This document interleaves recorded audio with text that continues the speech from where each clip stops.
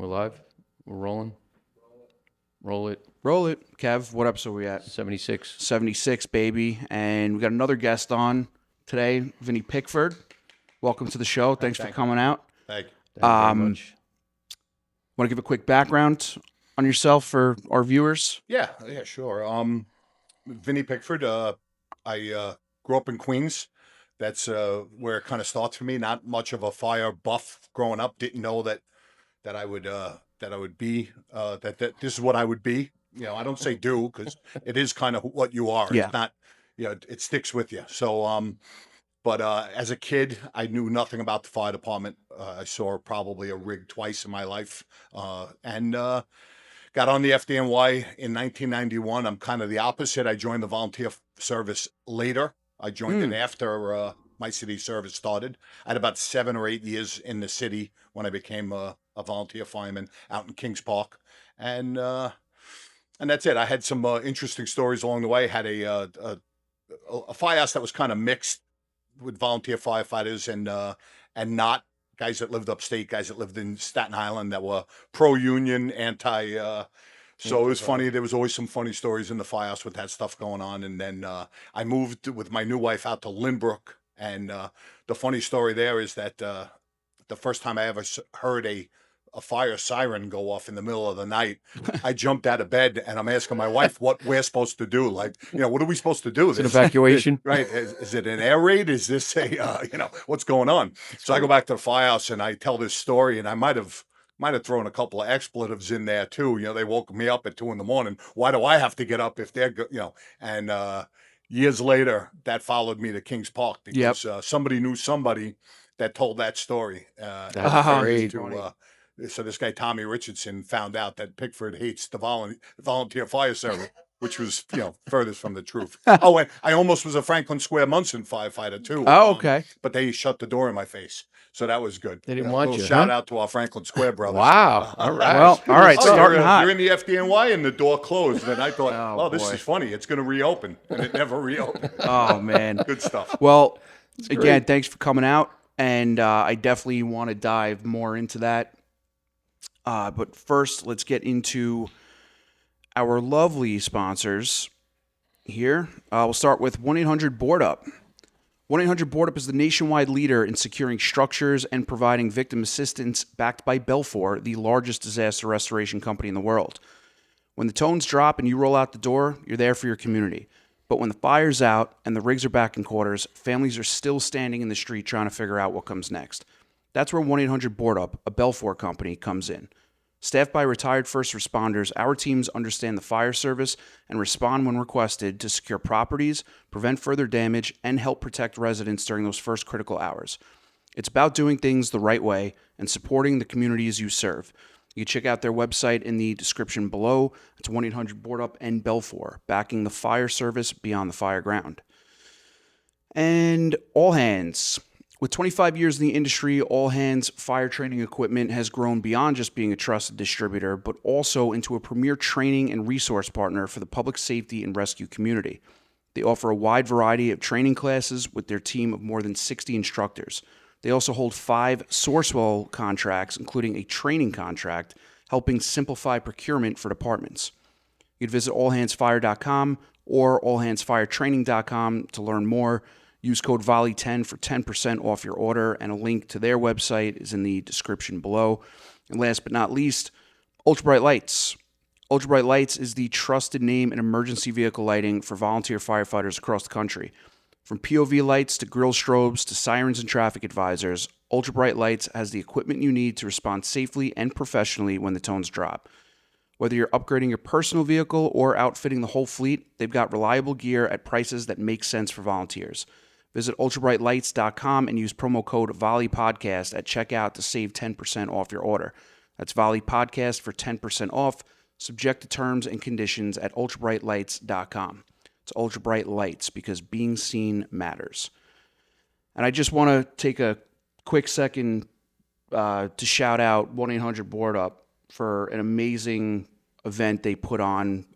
We had put it out on our social media for Fox and Friends. They did a episode where they wanted first responders in the audience And they originally asked us to put it out on our social media, which we did. And then I got a call, and they were like, hey, can you guys come out, and we're going to put everyone up in a hotel, take them out to dinner the night before, and then you guys do the show the next day.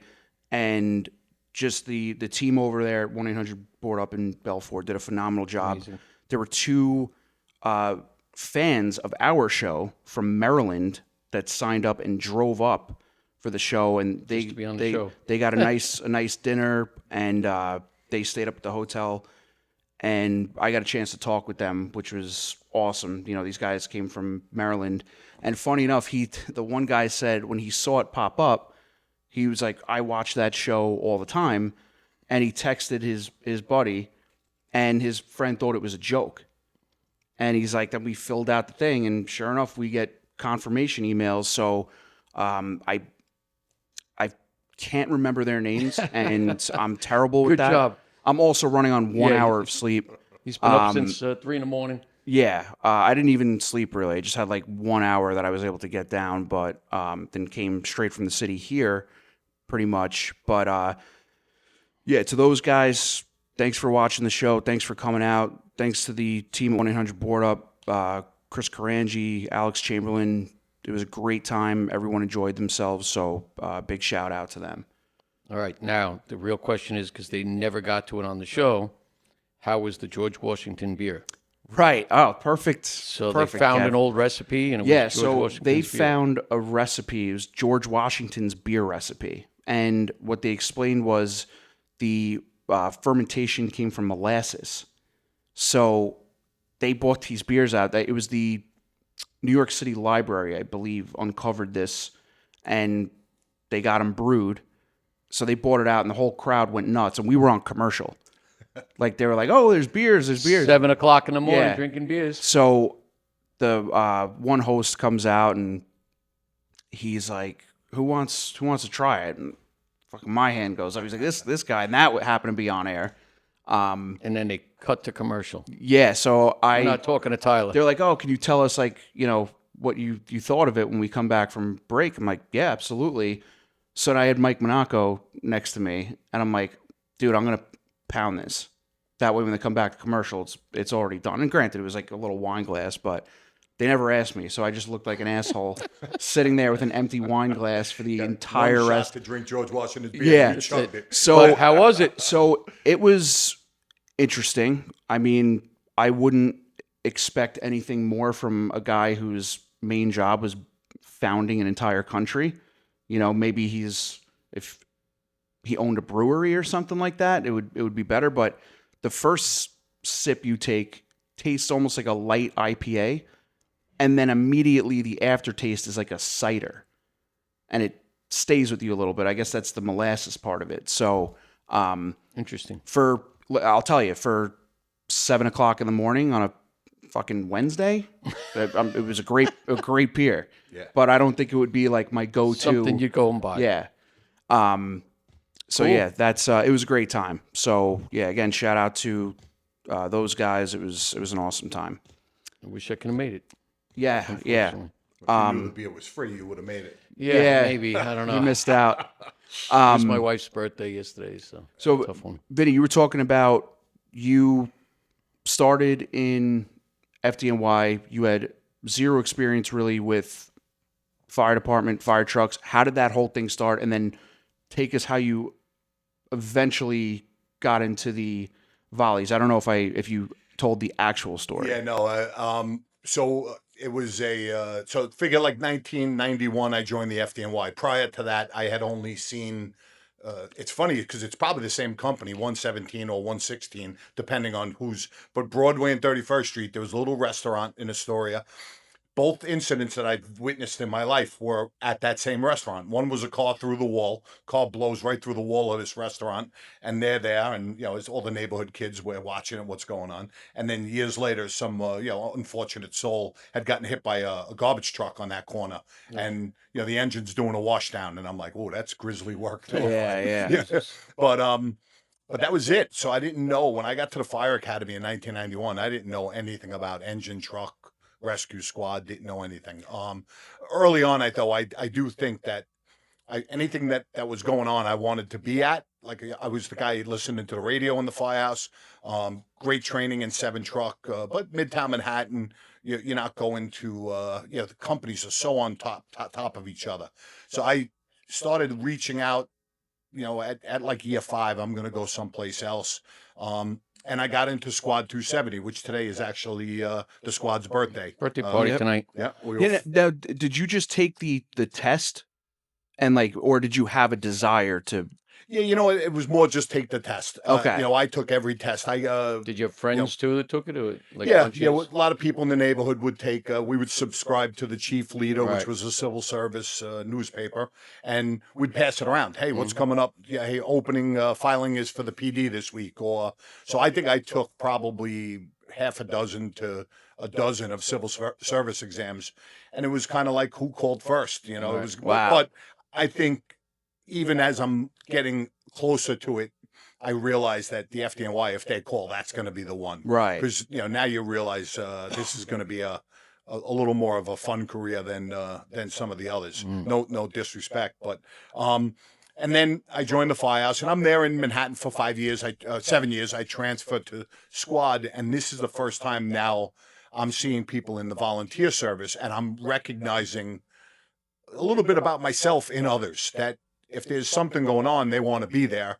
And there's fires going on at home too. So Right, yeah. I can get off work and then go home and maybe more go to fires. a fire too, So, Right. So I realized this opportunity. So 1999, I joined Kings Park, and So after you went to the squad, so that After, yeah. wow, I didn't know that. Wow, yeah, that's about good. a year after, I met a guy, Frank Pagliata. Frank Yep. is a charter member of Squad 270, and right away they give out the sign up sheet, not sign up sheet, a contact list, and I noticed there's another Kings Park address on the sheet. So him and I start commuting together to schools and training, and that's how I made that connection and realized, at that point, I think maybe 8 guys from special operations were in Kings Park, or maybe a little bit less, but also in Ladder 126, in Right. Port Authority Police. Yep. So it was an easy group to join and feel right at home with right away. Did they make you, when you joined Kings Park? Did they make you wear a Proby shield? Yes. Mhm. Yep. I wore a shield, and I also we have a rule in Kings Park where you ask permission to get on the rig for the first year. Yep. Yeah. So the captain or whoever the officer in charge can kind of keep track of who's getting on, and you ask permission just like everybody else. That's I think maybe for you, because being in FDNY, there was that part of FDNY, that respect level, that the pecking order, so to speak. So to you, it was probably just because I know some people get pissy with that. Yeah. Like, oh, I'm a squad guy in FDNY. You're gonna make me wear a fucking red shield that says I don't have experience. Orange, whatever, red, orange. Orange. But that's interesting because Yeah, I know I think you opponents still realize do it. pretty quick that if you through your actions you're going to distinguish yourself. 100%. Right. So I don't care what I'm wearing as long as you hand me the nozzle. I don't really care what you make me wear while I'm doing it. Right. That's the thought, and you just being a team member and going through the same thing that everybody else has gone through Right. endears you. Whereas if you complain about it or something like that, then maybe you won't make as many friends right off the bat that you would have. And then Right. you guys are just one firehouse, Kings Park, right? Yeah. So that also, I think, helps a lot with For sure, camaraderie. yeah. Like my department's 3 different stations. It's almost like 3 different departments So now you sometimes. you started in Manhattan. Where in Manhattan did you start? Ladder 7, which is on 29th Street and 2nd Avenue, between 2nd and 3rd. Okay, so By the police academy. you were there for 7 years, you said, I was there for 7 years. yep. before you went to squad. Yes. So how was that adjustment from being basically all high rise to then going to squad, where it's Well, a lot of private? Ladder private 7's a dwellings? little south of there, so you are getting a mix. You're getting some brownstones. The one thing that I always tell people about that area, like you could be on a block of brownstones, but every brownstone's different. It's all not like being a Brooklyn or a Bronx fireman where you get to know the neighborhood and you can go to that same fire over and over again. These buildings have been renovated every possible way so that each one is different from the one next to it. But you do learn, like a Manhattan firefighter gets very good at the chauffeurs get good at positioning. The firefighters get good early on at forcible entry because Manhattan is locked up tight. Yeah. It's you have double bar locks, which is something that we drill with. You could go to one fire and force 10 of them in one night, and that happened to me one time. Where as a team with 2 other guys, we went up a row and pop 10 of them in a row, and somebody may not see one in their whole career. So Right. learn what you can while you're there. Went to some good fires, some big fires. Chrysler Building. I was at the first World Trade Center while I was in Ladder 7. Oh, 93? Yeah, 93. Yep. I didn't go till later that day because the rig went. I wasn't working. Came in from home. They sent the rig back for relief, and I went up going for relief purposes, but not for the initial response. But I still did go. Manhattan fires are big fires. They're usually named after somebody. It's the Yeah. Macaulay Culkin fire or the Lionel Hampton fire. Right. There's just a strange world. But Crazy learn what buildings. you can while you're there. And then I was looking to move out to South Jamaica, that area, and it wasn't going too well. About 2 years later, I was still sitting where I was, and then I had the opportunity to go to the squad companies. They were starting them up, and I jumped in with both feet because I saw this as my shot. And I had some great mentors that knew Tommy Richardson, which you've had on the show. Yeah. He was my first captain in Squad 270, and right away they were like, "Listen, I don't know what this is going to be about, but if Tommy's in, you want to be in." Yeah, That for was kind of sure. how Yeah. John Moran was one of them. Mhm. John Moran pulled me on the side. He was a captain of 16 engine at the time, and he said, "Listen, I don't know the squad, but I do know Tommy, and if Tommy's in, you want to be in." Yep. And that was Right, pretty much it. absolutely. So, good. So I made that jump, and then got promoted. Went to the other trade center in 2001. Right. And then a lot of us in 270 studied and got promoted.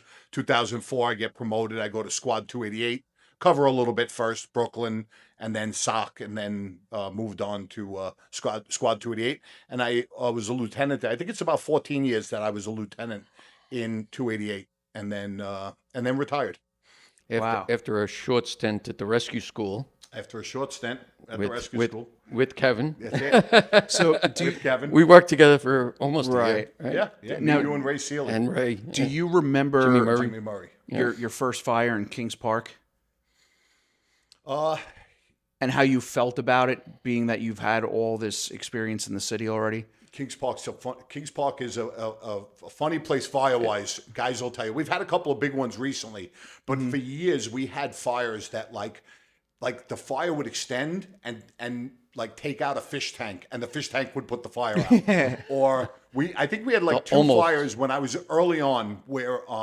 it let the soldering of a pipe go.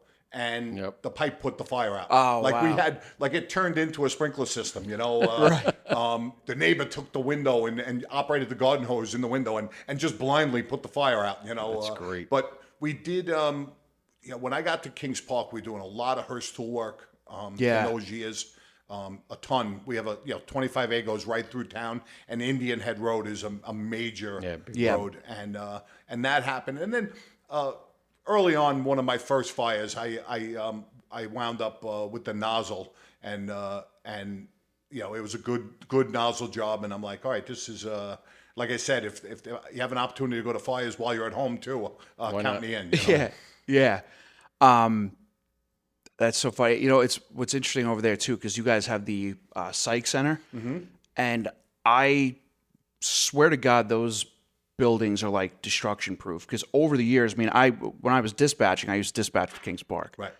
and there was always fires in there, Yep. and it was almost like practice for the guys over at Kings Park. They go there, piss that fire out, and they're vacant, most of these buildings, Yeah. but then nothing happens. The buildings just still stand, Oh, and they're then like still in. years later, Somehow another this- fire. like, did somebody put more wood in there? How Yeah. did this happen? But early on, the doctors' cottages were still there. A lot of people that don't know that the psych center is about the size of it's about 400 acres, which is a huge piece Yeah. of property.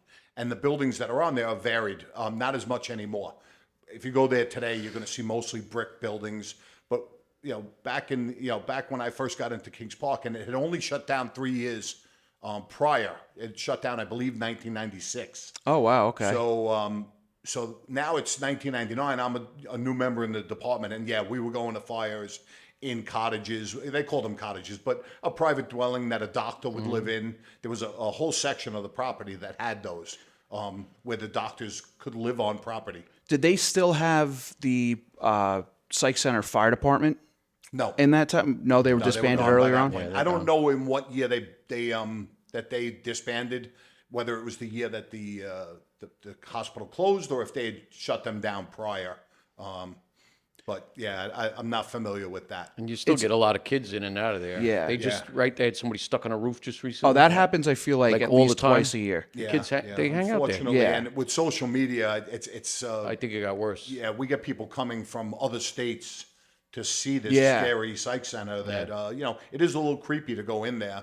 And, they dare each other to go in and they want to make a post from inside. Yeah, I've never been in there before. Yeah, right. Yeah. I don't But what's interesting, and I think, and I'm really, really playing with fire, no pun intended here, but I believe Central Islip Fire Department, their Class A uniforms are different. I believe it's different top and different bottom because the psych center over there, a lot of, when they started their fire department, I guess they got old uniforms from the hospital, and that became their Class A, and I think that's why they're, yeah. And I thought it was for- I thought it was for- one of them's going thought to it come was for after me parades for or that. something. One of I'm going to gonna get find out. some There's shit rumors from around them. Kings Park that if you open any wall, you're going to find Psych Center sheetrock. You're going to find Psych Center insulation. The kids wore Psych Center shoes. Right, yeah. I wouldn't be surprised if they grabbed some fire uniforms as well. Yeah, for sure. Now, one thing I did want to get into is you're the department president Yes. of Kings Park Fire Department, and former ex-captain. Yeah, he yeah, did it. Yeah, I Captain. went somewhat Yeah. up the ranks. yeah, some so rank. I was talking to Chris and Mike last night, trying to explain to them what a president of a fire department does without even fully knowing, and we hit a point in the conversation where I'm like, you know what, you're just gonna have to wait till next week's episode because I don't this want to is ruin it. Well, a lot Yeah, of people so- don't know about well, presidents or that's even the having whole idea. one. So, what does your role entail? And like, you're a chief of department. People call you chief. Do they call you Mr. President at the firehouse? Some How of the does that guys work? do it. Mr. It's- President? Yeah, some of the guys do it. It's funny. You can hum hail to the chief, right, when you're going by. No, you don't really. Nobody usually outside of the department knows anything about you. It's a more of a low key role. You're not. You're not known to the other departments in the area that because everything is in house. The biggest thing with the president in Kings Park is that we the position. Me for the last, I think I'm in my 8th year this year, and this is my last year. I'm done this year. My vice president, Jay Fernandez, is gonna take over. That's the plan. The guys got to elect them, but I'm sure they will. Jay's a great How guy. long is when you get elected? How long? 1 year terms. Oh, so I've run multiple year. times and been elected back in. Ultimately, you're in charge of the money, the budget, the not the taxpayer budget. That Well, I know a lot of volunteer departments are different, depending on where they get their money from. But we have commissioners. The tax base comes to them. The donations and anything that we fundraise comes to the department, and I'm in charge of that with 6 other trustees, 2 that I appoint and 3. So there's me and the vice president and 3 trustees are elected, and then I appoint 2 more. Oh, okay. I appoint my treasurer and my secretary, and then the 7 of us are the ones that are in charge of overseeing the committees, the money. But I'm the tiebreaker. Basically, the president becomes the tiebreaker, and I take that part of it very seriously. The finances. People make it's a hard living out there, and they see fit to make a donation to your department. We see that the money is spent wisely. That God forbid nobody's making off with it or misspending it. We don't. I take that part of it very seriously. We account for every dime that comes in, and we give out scholarships to the community. I work with the scholarship committee for that, and I started a benevolent. Kings Park was kind of like a little bit behind the times in not having a benevolent for their members. So I started the ball rolling, but we have a great benevolent committee, and they took it over and set this up, and now we're catching up with the times. As far as taking care of our members in a way that I think the community would be happy with using their donations. Right. And now you guys run department meetings Mm-hmm. as well? Yep. So the president runs the meeting as opposed to the chief in some other places. The president, the vice president, the secretary sits up there. We run the meeting. Chiefs go to the department as well as I do. Which is just anything they want to say. They'll probably similar to other departments at that point. But instead of running the whole meeting, they just get a piece of it where they talk about stuff that went on at Chiefs Council or upcoming things that they want the department to know about. And then we call other committees as well, who are, fire safety, prevention, that type of thing. We call So it. you guys handle most of the social end of the volunteer department, basically? Yeah, pretty And then the much. chiefs run the operations of the emergencies? Yep, but we work hand in hand. Yeah, no, I it's, believe that. it's Chief Frail, who's our chief right now. Him and I speak probably twice a week. Just touch base with something. Hey, this is going on. How do you want to handle this? It's good if it comes from me, then I'll email it out. But if I think it should come from him, or he does vice versa, then I'll send it to him Right. and he sends it out to the department. So let me ask you this. When it comes to department elections, do you guys fall on that night as well? The president, chiefs, and everything like that? So who turns the meeting over for elections? Does it go to an ex-chief? Or No, it goes to me as far as, but if, for some reason I wasn't to get elected, then I would step down and it would go to either an ex-president or the vice president would take over at that point. interesting. Do you set the nomination committee?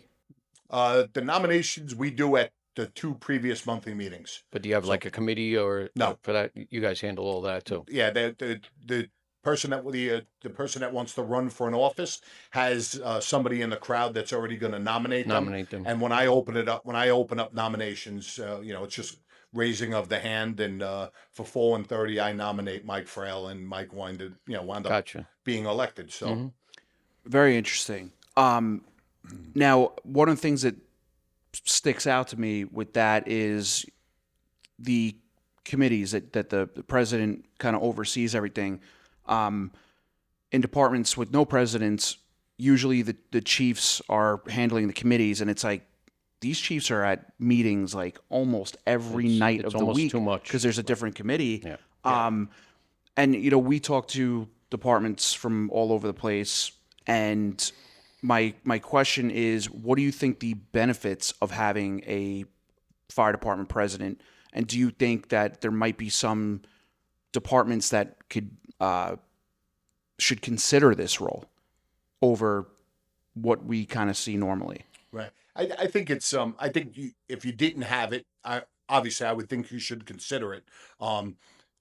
I think that it takes some of the work off the chief's plate. Like you said, they're at meetings all the time. I feel like I'm at meetings all the time. We do obviously in addition to drill, we have a steering meeting. We have a steering of the department meeting, which happens a week before our department meeting.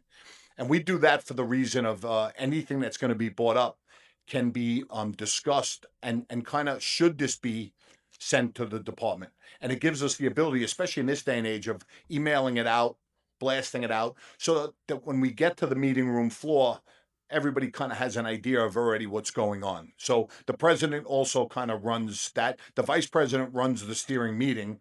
But if something is going to come up to the department 9 days later, we send it out so that they know, whether it be a bylaw change or a potential new committee where money's going to be spent. So that way guys can start talking about it ahead of time.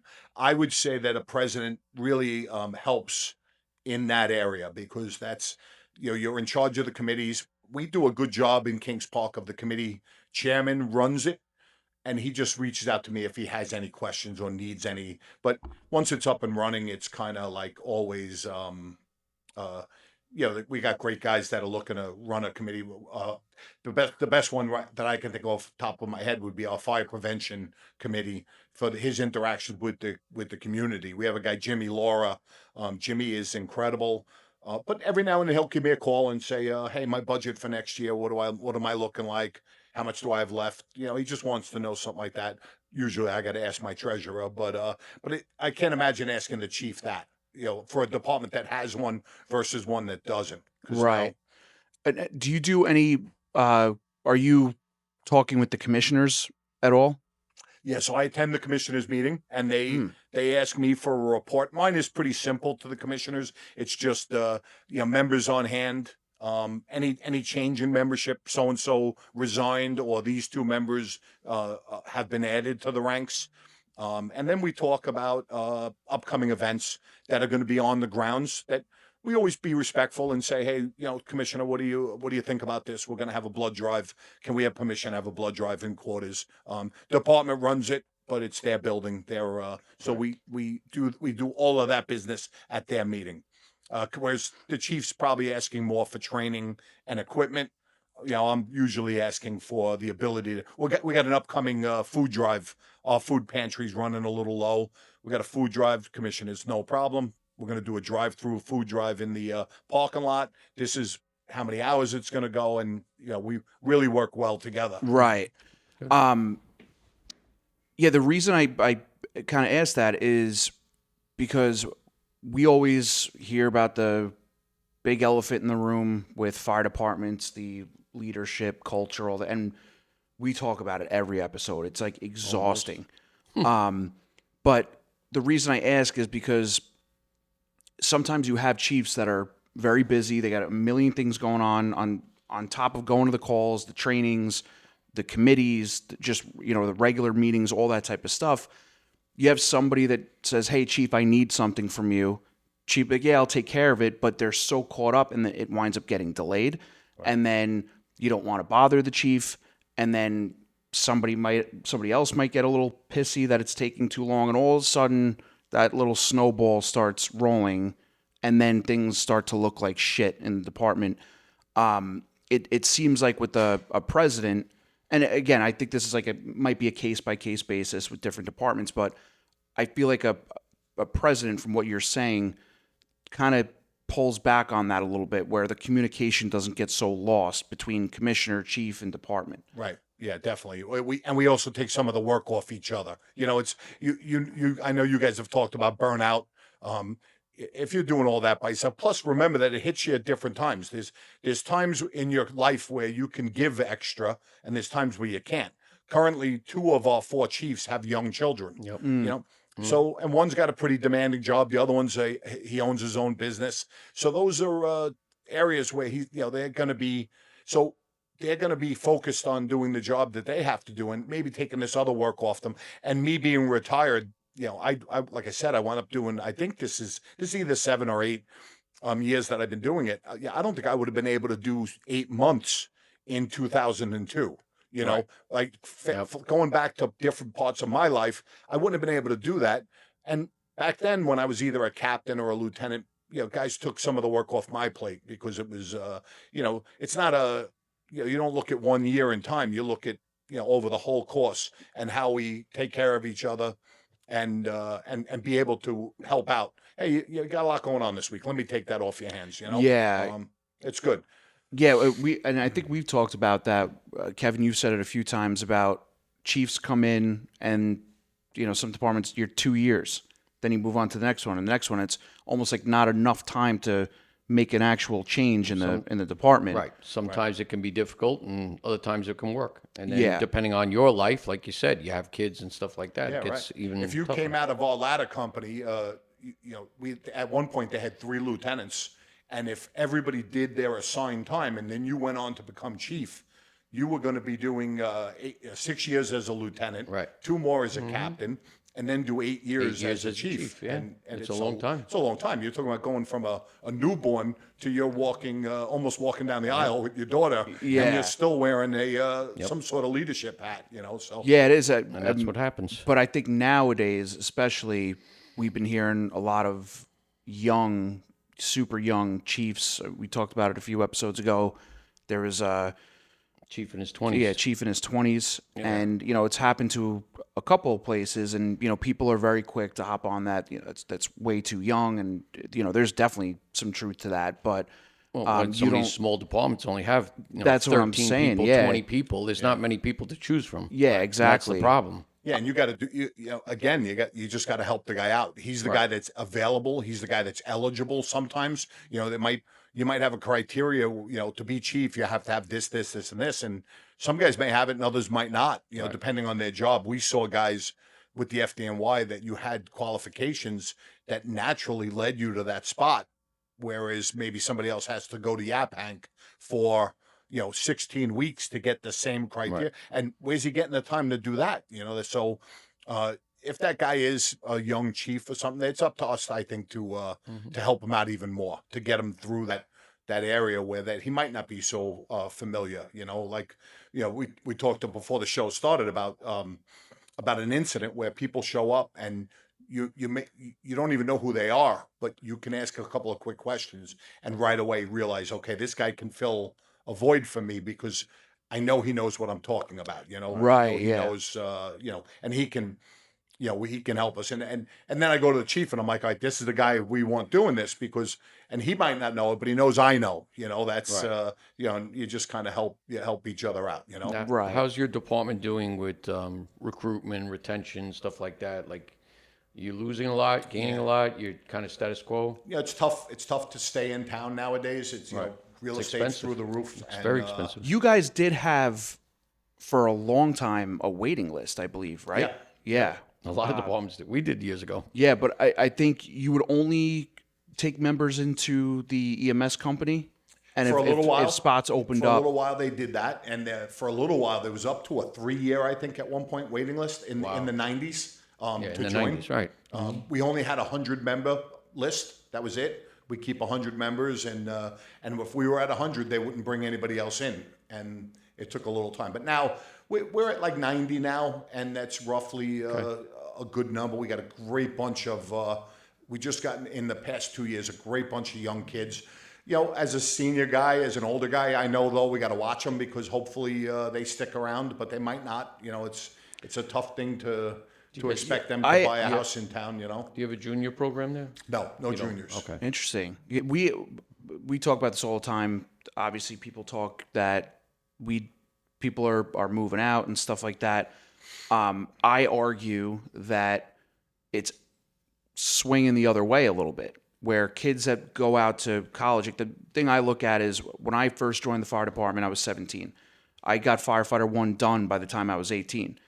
Now most departments take kids in at 18, and by that time, kids getting ready to go off to college, and now you're missing out on potentially getting somebody qualified. Get them through firefighter 1, and then they go off to college. They come back for the summers or whatever it is. They can still do it, but now you're seeing a lot of these college graduates not going anywhere at all. Right. They're staying home Living with at home. their parents Right. for much longer now. And I think that that's something that the fire department should really start looking into, to say, hey, these are potential candidates here that aren't going anywhere right away. Right. So I think that's starting to swing back a little bit where, listen, if it's the type of thing you get somebody for 5 years, so be it. If your department's struggling, it might just have to be that churn and burn every 5 years type deal. Of course, you want people to be there forever, but Yeah, I mean, we know after doing it for a while, that experience counts, right? It takes, if you're a firefighter for 5 years, you've gone to, last year Kings Park went to 10 jobs in a year. That doesn't happen. Yeah, you every guys year. have been busy. We were busy last year, but in a regular year we could go to 2. And if you're away for one of them, you're not in town for one of them, and you miss it. In that 5 years, you've gotten 5 fires under your belt. Like, is that truly experience? Probably not. Right. But like you said, you do what you can because we don't really have a choice. It is what it is. yeah, it's tough. I mean, to try and get actual experience. I mean, we were talking about this yesterday. Even the training that we do will never equate to an actual experience in a fire. Right. But it also, I think that depends on your area too. If you are part of a department that, say, is only doing one job a year, then maybe that is the level experience level of experience that you need for that particular area, so to speak. Right. But you got to train more, and that's really what it comes down to. Yeah, Right? obviously. The more you train, the better you get at your skills, right? Kevin Yeah. and I know from being in special operations, like you train on trench, you train on confined space, you train on ropes, but how often, Rescue One might go to a little more than everybody else in the command, but you're not going to be on rope for real enough. Right. So the training has to happen because by being training on it, then when it does happen, it's just you got to add in the little things that are different about this than they were off the side of the firehouse or off the side of whatever you slid off or climbed up or whatever it is that you did for drill that day or training. I would say you guys are probably very proficient at water rescues because that bluff there. Yeah.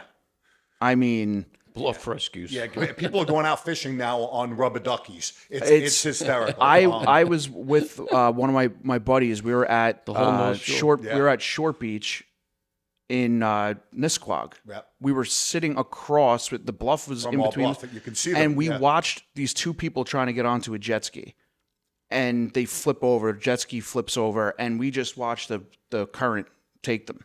Yep. And we were sitting there. We're probably the only two people in this vicinity that are like potentially qualified for this. Not a shot in hell we're going to swim across the bluff when the tide's going in or out. No, the water there is whipping.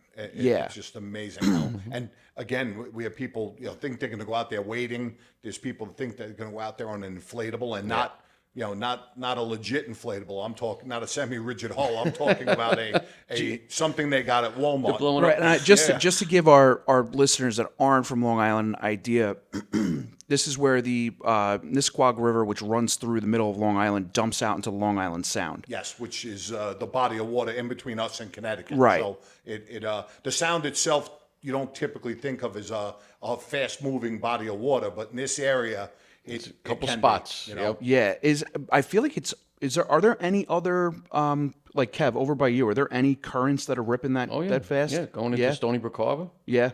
over by the West Meadow Beach, that rips through there. There's a couple spots. Yeah, I just because it's all summer long. You hear, Yeah. Oh, yeah. Kings Park's going out of the bluff again. Yeah, you know. Well, the other day there were like 3 water rescues when we were here. Yeah, I know. Yeah, you Right? had They you were had them up going there. on all over the place. South Shore.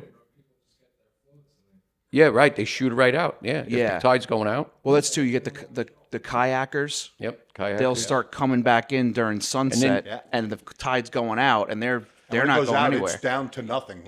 We've had kayakers stuck in the mud. Yep. And then they get out of the kayak and now they're It's up even to worse. their knees in the mud. And now you got to go rescue them. Meanwhile, an hour ago this was water and it was ripping through here. And Yeah, now it's a mud job. Well, we had And then sometimes you get the wind too, right? Pushes Yeah. these people. The storms It's- come in quick sometimes on the North Shore. one of my friends lived in San Remo, which is that one. That's Kings Park. Yeah, that one part of Kings Park. And when the tide was out, it was all walkable. You could go out and walk.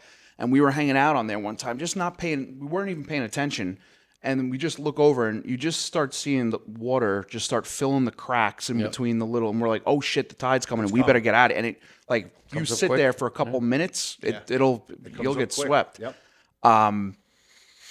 But yeah, back to your point with just that type of training. Yeah, tech rescue training, something like that. You always constantly have to be doing it. Yeah. Perishable skills. Yeah, perishable. You say it all the time. Perishable skills. skills. Now, what do you think? I always ask this question. I guess. What do you think is the biggest issue that we're having in the fire service? And to that point, what do you think is the fix for it? I know it's a loaded question. Yeah, that's a tough one because we talked about retention and getting members. And that's probably our some of our biggest problems. On the flip side of that, we have members that are older than we've ever had before. Members staying into their 70s and 80s because they're still serving a role, but they know that we could easily drop 20 guys and not be able to replace those 20. So they're doing it out of necessity somewhat. When your relief is in, it's time to take up.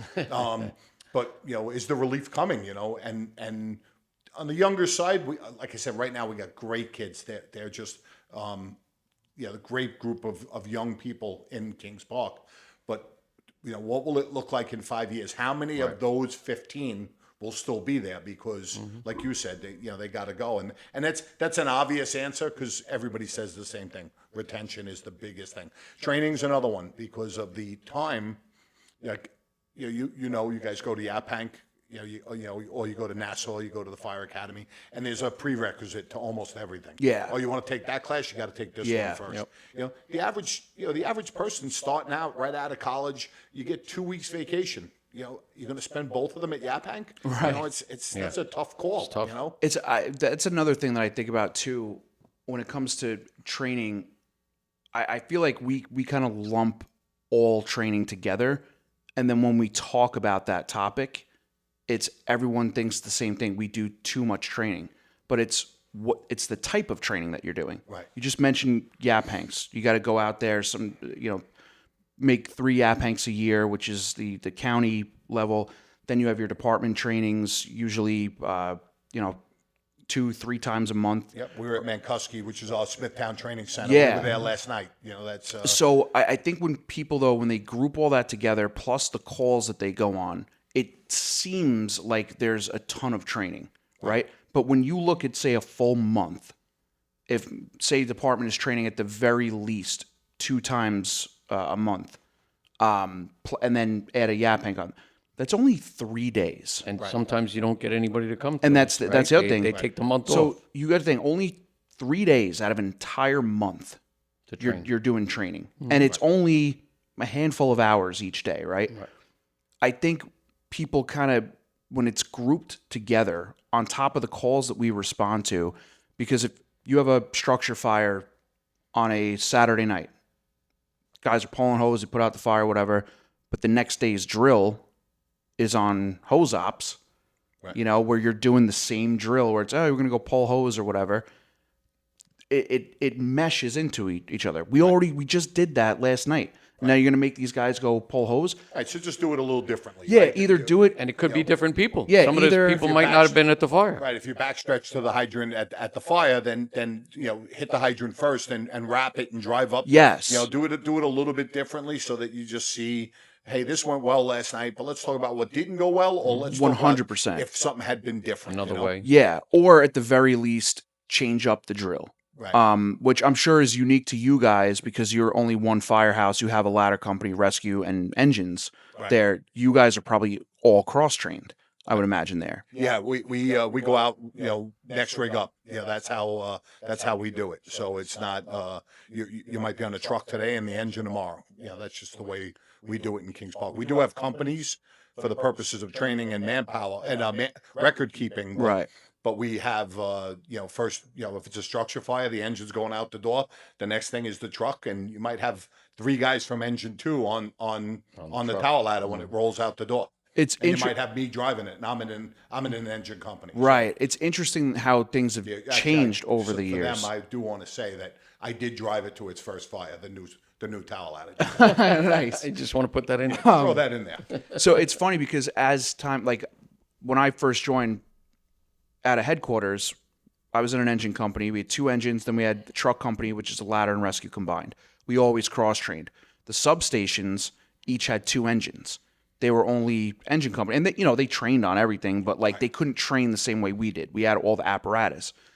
Now as time goes on, you started seeing the substations get outfitted. Their engines start to get outfitted with more truck type right. tools, Like and a little and then eventually got to a point where, okay, you're each going to have 1 engine and now a quint.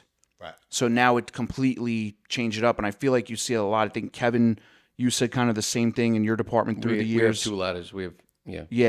we have a straight stick and we have a platform. Yeah, so it's interesting to see, because I don't feel like I've been in the fire service all that long, and just from when I started to now, it's like, whoa, there's a lot of this that's been changing up. Well, Yeah, I mean, it does. as they're more populated, right? More runs and stuff like Yes. that. My district is huge. I mean, it's literally 28 square miles. So we have 3 stations. So when you really look at it, should we have more than one ladder? Yeah, we really should, Yeah. because there's a lot of bigger buildings now. We need bigger ladders. Yeah, and you know? the equipment's it's come so far in what looks like a long time. To a young kid, 30 years seems like a long time. When Right. you get a little bit older, you realize 30 years is not, that's one career, Mhm. right? That's one, give or take how long you stay, that's one career. If you did that from 1991 to 2000 and 2021, right? If you did it in those 30 years, A you went lot of from like the beginning of the Hearst tool, Yep. right, where it was just this bulky behemoth with every piece of equipment that went with it weighing 75 Yes. pounds, to now we have e-tools, right? So it's really changed, and you can throw an e-tool on that engine and have it be able to maybe spread out the services throughout the town, Yeah, a little bit easier. they did that with the rescue truck. Every time it went out of service, they would take the giant spreaders, the B30, I always 32B. yeah, Hearst 32B, spreader. throw it into a back of a pickup truck. Yep. Yeah. And we get a heavy rescue going out there at Long Island Expressway or whatever with this pickup truck, and we're pulling this stuff out of the back. And eventually, when they got the new engines, they made them rescue pumpers. Right. Now we threw tools on there. If the rescue goes out of service, well, at least we have engines that are capable now. Right. Well, it doesn't happen to us too often, but you get that second call and it's just, or you Yeah. want to take something to Yaphank and you want to take a piece of apparatus out there, and now at least something is back that has that. It's Yeah.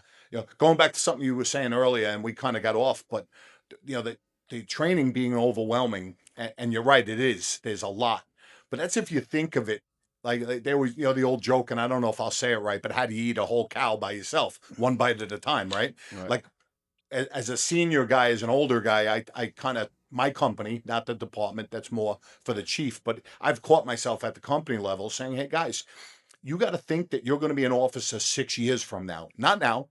Right. 6 years from now, Mhm. You Plan get ahead. that young kid that does look like he's going to stick around and say, listen, he or her, you want to be an officer 6 years from now. That's how you avoid that trap of having to take all that training in one year. Right. You only get 2 weeks vacation, so take evoc this year, so that you can start getting checked out on the rigs, Mhm. and then take pump operator, and then go to you have firefighter 1, take firefighter 2, so that you can do intro to fire officer, and you can do them over a period of time, so that you're not beating yourself up, because Right.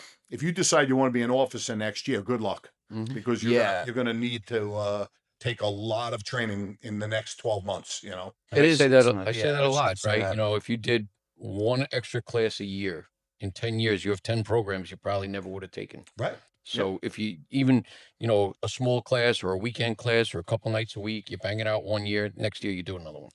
But I think too the issue is when you have officers that may be a little bit older, worked all day, they come up, fuck, I got drilled tonight.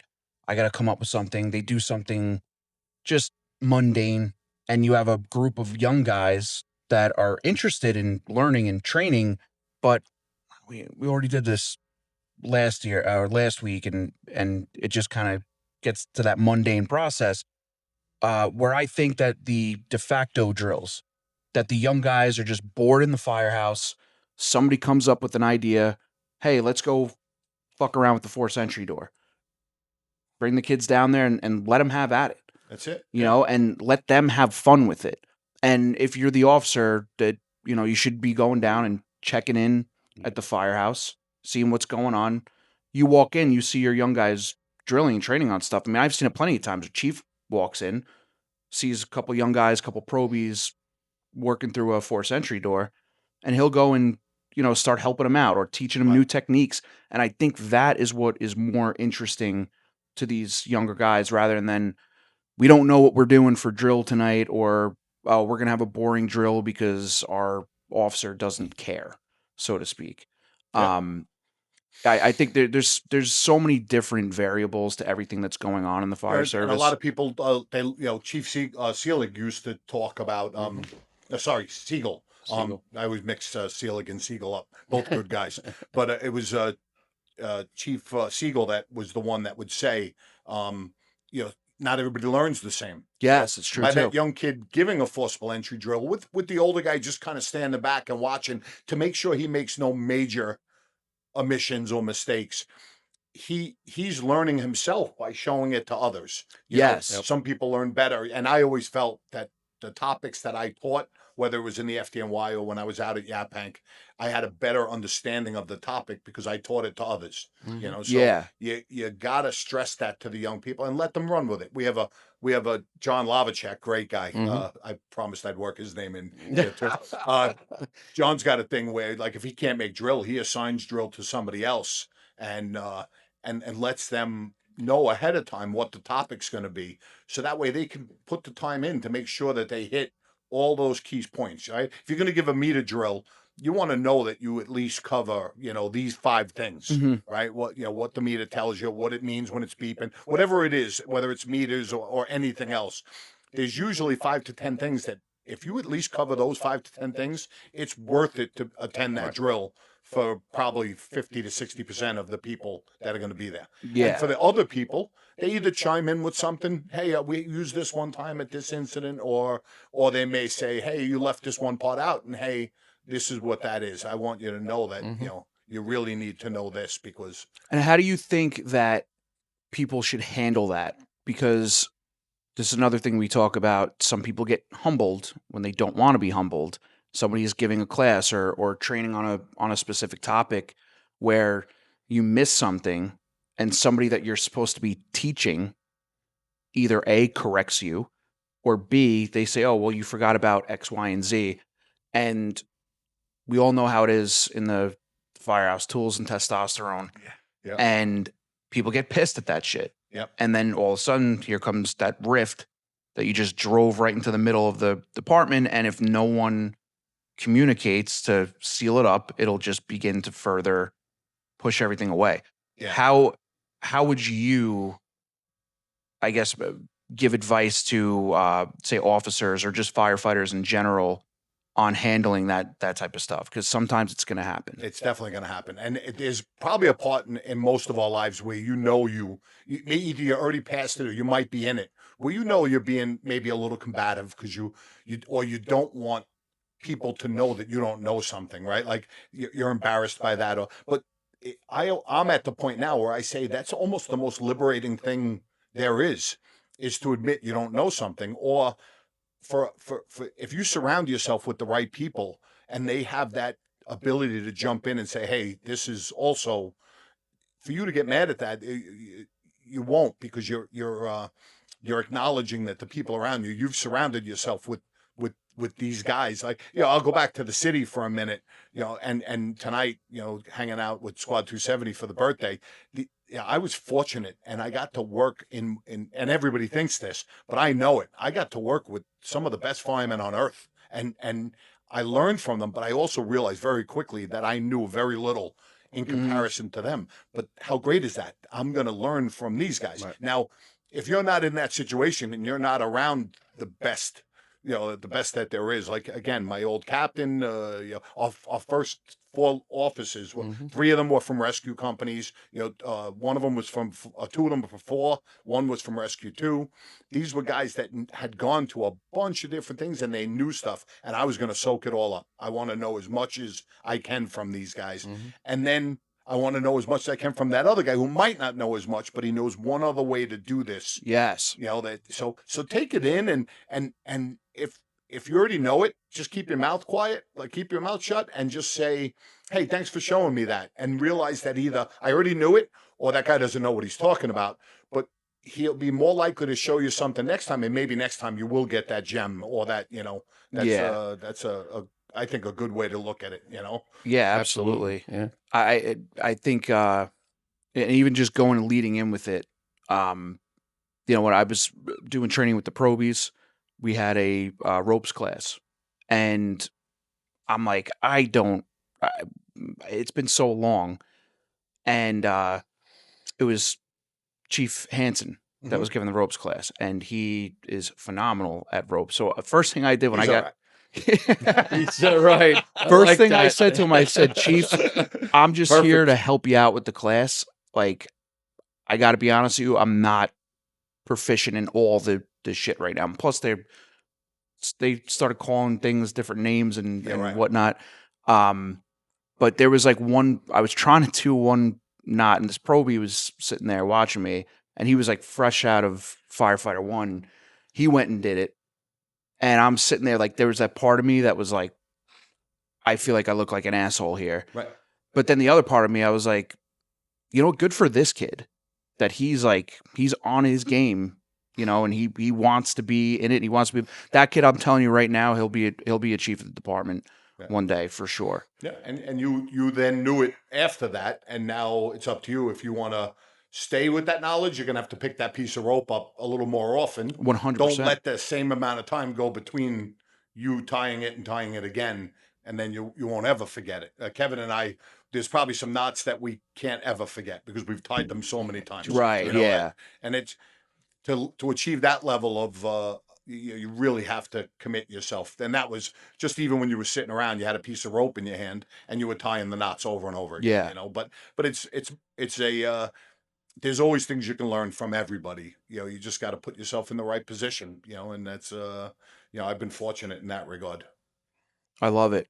And I also knew Kevin. Yeah.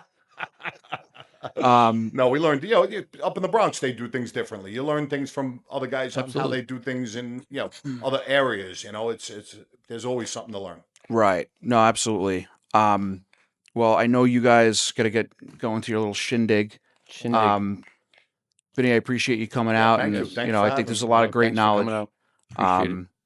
And I think that wraps up 76. 76. Excellent. Thank you.